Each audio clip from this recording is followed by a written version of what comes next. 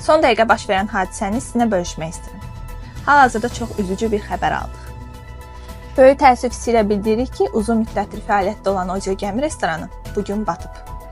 Dənizdə baş verən dəhşətli qəza nəticəsində yaranan bu hadisənin təfərrüatlarını indi sizinlə bölüşürük. Hadisə yerindən bizə məlumatları ötürməsi üçün müxbirimizə bağlanırıq. TV-nin müxbiri mən Duyğu Ağazadə. Dəhşətli hadisənin baş verdiyi yerdəyəm. Gəlin bununla bağlı təfərrüatları öyrənək. Salam. Oturmuşdu, elə çörək yeyirdi restoranda. Bir də gördü gəmi yerlənir. Vay dədə, dalağa qabağa. Baxdı, nə? Gəmi aralandı, biz də suyun içində. Mən bu paltarda dördüm ki, xıstimanın paltarım yox idi. Bu nəzarətçilər zədlər verdi ki, geyin.